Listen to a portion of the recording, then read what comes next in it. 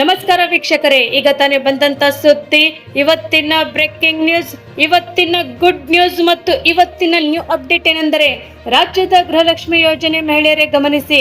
ಗೃಹಲಕ್ಷ್ಮಿ ಯೋಜನೆಗೆ ಇಕೆವೈಸಿ ಕಡ್ಡಾಯವಿಲ್ಲ, ಸರ್ಕಾರದ ಸ್ಪಷ್ಟನೆ ಮತ್ತು ರೈತರ ಕೃಷಿ ಸಾಲ ಮನ್ನಾ ಮಾಡುವ ಬಗ್ಗೆ ಪರಿಶೀಲನೆ, ಮುಖ್ಯಮಂತ್ರಿಗಳು ಡಿಕೆ ಶಿವಕುಮಾರ್ ಸರ್ ಅವರ ಸ್ಪಷ್ಟನೆ.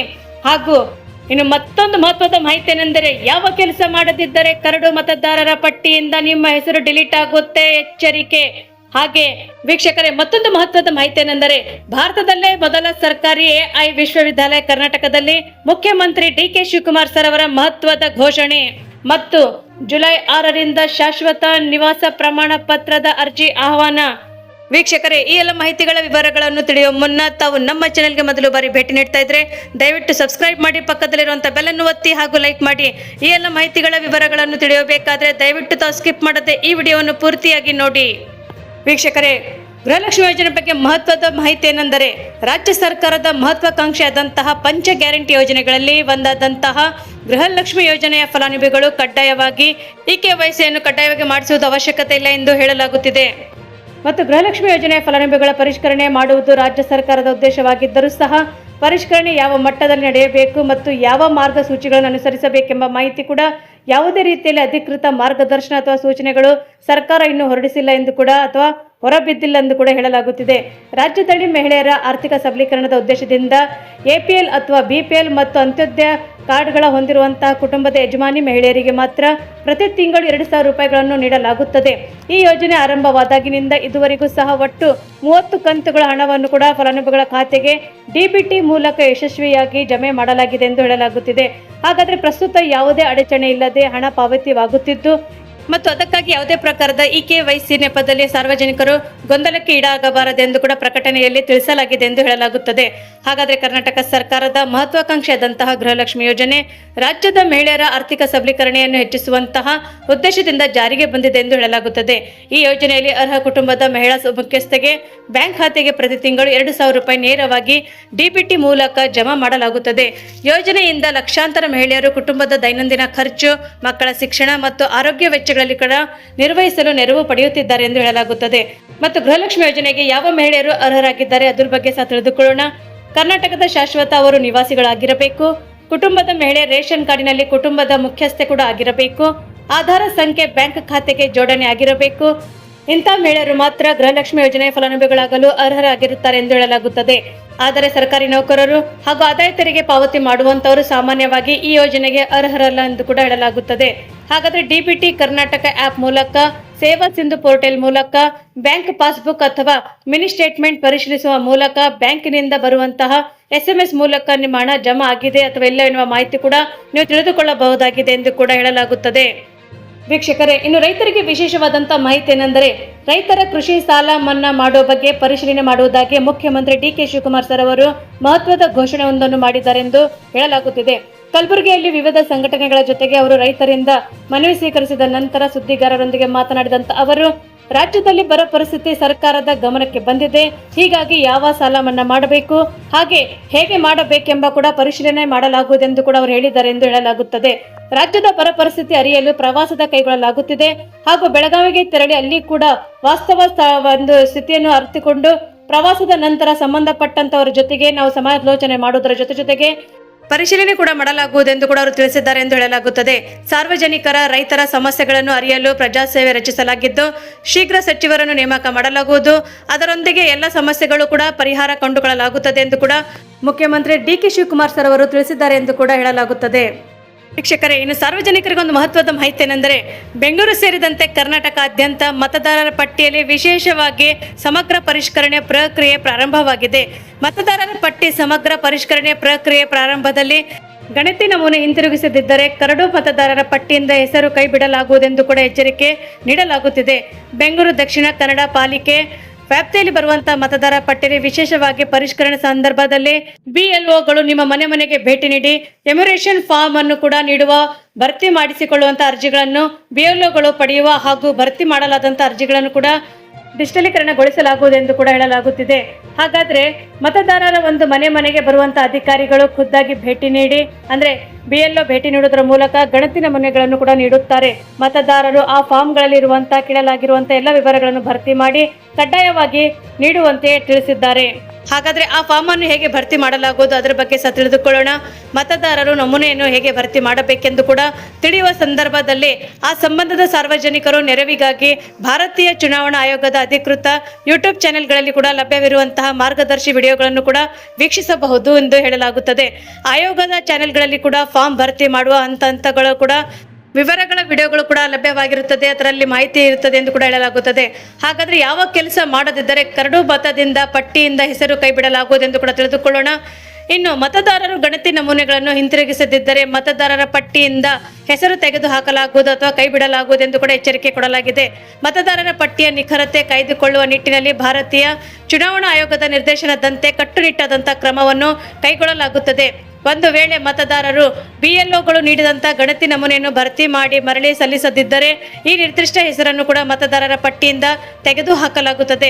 ಆದ್ದರಿಂದ ಸಾರ್ವಜನಿಕರು ಈ ಪ್ರಕ್ರಿಯೆಯನ್ನು ನಿರ್ಲಕ್ಷಿಸದೆ ಜವಾಬ್ದಾರಿಯಿಂದ ಸಹಕರಿಸಬೇಕೆಂದು ಕೂಡ ಹೇಳಲಾಗುತ್ತಿದೆ.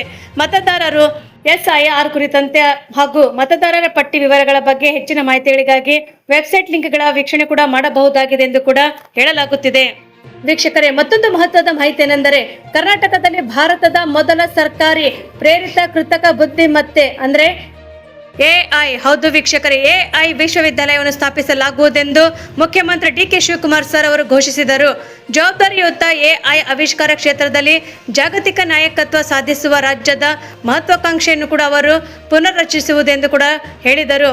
ಜೊತೆಗೆ ಸ್ಮಾರ್ಟ್ ಆ್ಯಪ್ಗಳನ್ನು ಕೂಡ ಕಂಪನಿಗಳು ಹಾಗೂ ಇತರ ಸಂಸ್ಥೆಗಳ AI ಸಂಶೋಧನೆ ಮತ್ತು ಅಭಿವೃದ್ಧಿಗೆ ಉತ್ತೇಜನ ನೀಡುವ ಉದ್ದೇಶದಿಂದಾಗಿ ಸರ್ಕಾರವು AI ಹಬ್ ಅನ್ನು ಕೂಡ ಸ್ಥಾಪಿಸುವುದು ಕೂಡ ಮತ್ತು ಇನ್ಕ್ಯುಬೇಷನ್ ಕೂಡ ಕೇಂದ್ರವಾಗಿ ಕಾರ್ಯನಿರ್ವಹಿಸಲಿದೆ ಎಂದು ಕೂಡ ಹೇಳಿದರು.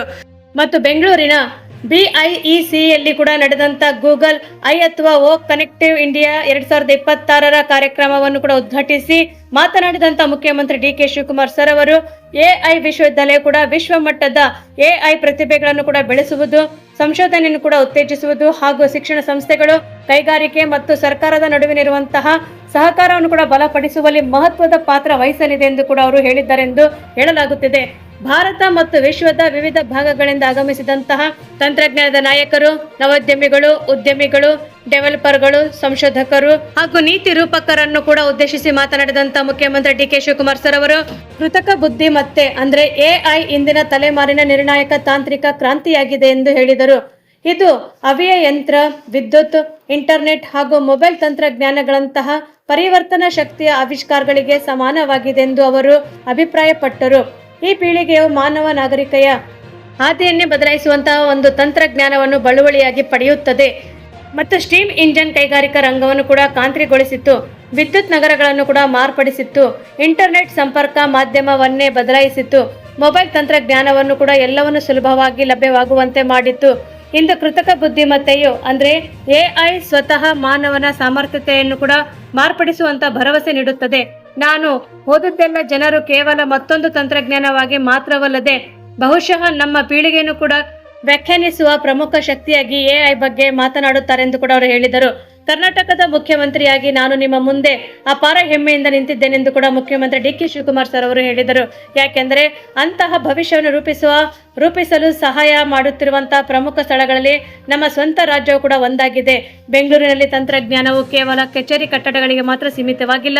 ಇದು ಕಾಫಿ ಶಾಪ್ಗಳ ಸಂಭಾಷಣೆಗಳಲ್ಲಿ ಕೂಡ, ತಮ್ಮ ತರಗತಿ ಕೋಣೆಯಲ್ಲಿ ಕೂಡ ಮತ್ತು ಸಂಶೋಧನಾ ಪ್ರಯೋಗಾಲಯಗಳಾಗಿ ಪ್ರಾರಂಭವಾಗುತ್ತದೆ.